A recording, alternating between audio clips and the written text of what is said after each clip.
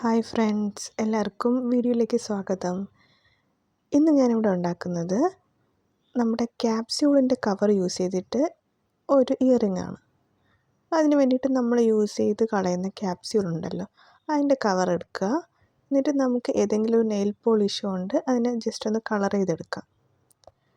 Colour ചെയ്തെടുത്തിട്ട് നമുക്ക് transparent ആയിട്ടുള്ള ഷീറ്റിൽ ഈ ഒരു ക്യാപ്സ്യൂളിൻ്റെ കവറിനെ അതിൻ്റെ ചുറ്റുമുള്ള ഭാഗമെല്ലാം കട്ട് ചെയ്തിട്ട് ഗ്ലൂ യൂസ് ചെയ്തിട്ട് നമുക്ക് ഒട്ടിച്ചു കൊടുക്കാം.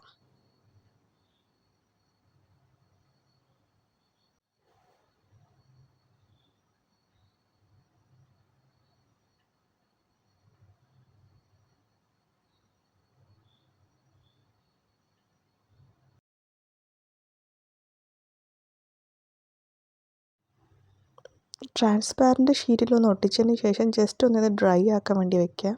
അതിനുശേഷം നമുക്കിവിടെ സ്റ്റോൺ ചെയിൻ എടുക്കാം. ഞാനിവിടെ വൈറ്റ് കളർ സ്റ്റോൺ ചെയിനാണ് എടുക്കുന്നത്.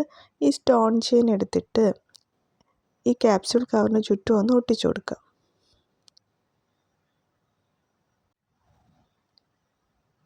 ഈ ക്യാപ്സ്യൂൾ കവറിന് കുറച്ചുകൂടി ഭംഗിയുള്ളതാക്കാൻ വേണ്ടിയിട്ടാണ് നമ്മൾ ഈ സ്റ്റോൺ ചെയിൻ ഇങ്ങനെ ഒട്ടിച്ചു കൊടുക്കുന്നത്.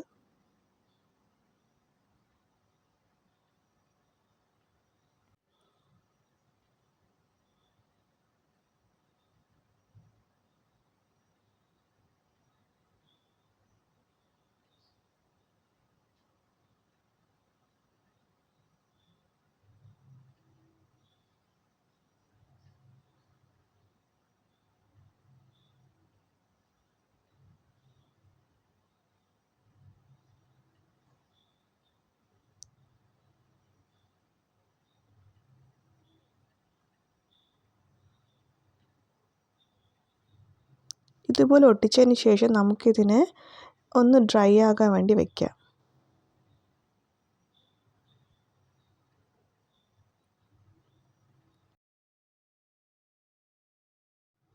രണ്ട് ക്യാപ്സ്യൂൾ കവർ ഇതുപോലെ നമ്മൾ സ്റ്റോൺ ചെയിൻ ഒട്ടിച്ച് വച്ചിട്ടുണ്ട്. അത് ഡ്രൈ ആയിട്ടുണ്ട്. അതിൻ്റെ ചുറ്റുമുള്ള ആ ബാക്കിയുള്ള ട്രാൻസ്പാരൻ്റ് ഷീറ്റ് നമ്മളവിടെ കട്ട് ചെയ്ത് വെച്ചിട്ടുണ്ട്. ഇനി നമുക്കതിൻ്റെ ബാക്കിലായിട്ട് ഇയറിങ്ങിൻ്റെ ഒരു ബേസ് ഒട്ടിച്ചു കൊടുക്കാം.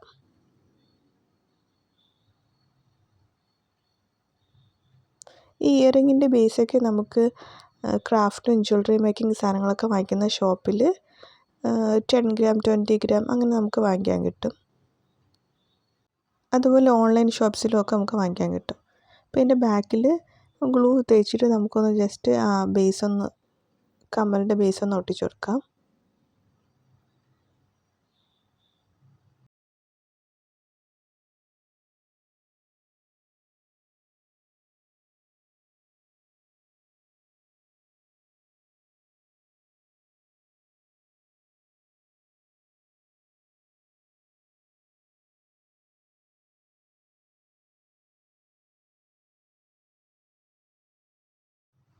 നമ്മുടെ കമ്മലിൻ്റെ ബേസൊക്കെ നന്നായിട്ട് ഒട്ടിയിട്ടുണ്ട്. ഇപ്പോൾ നമ്മുടെ കമ്മൽ റെഡി ആയിട്ടുണ്ട്.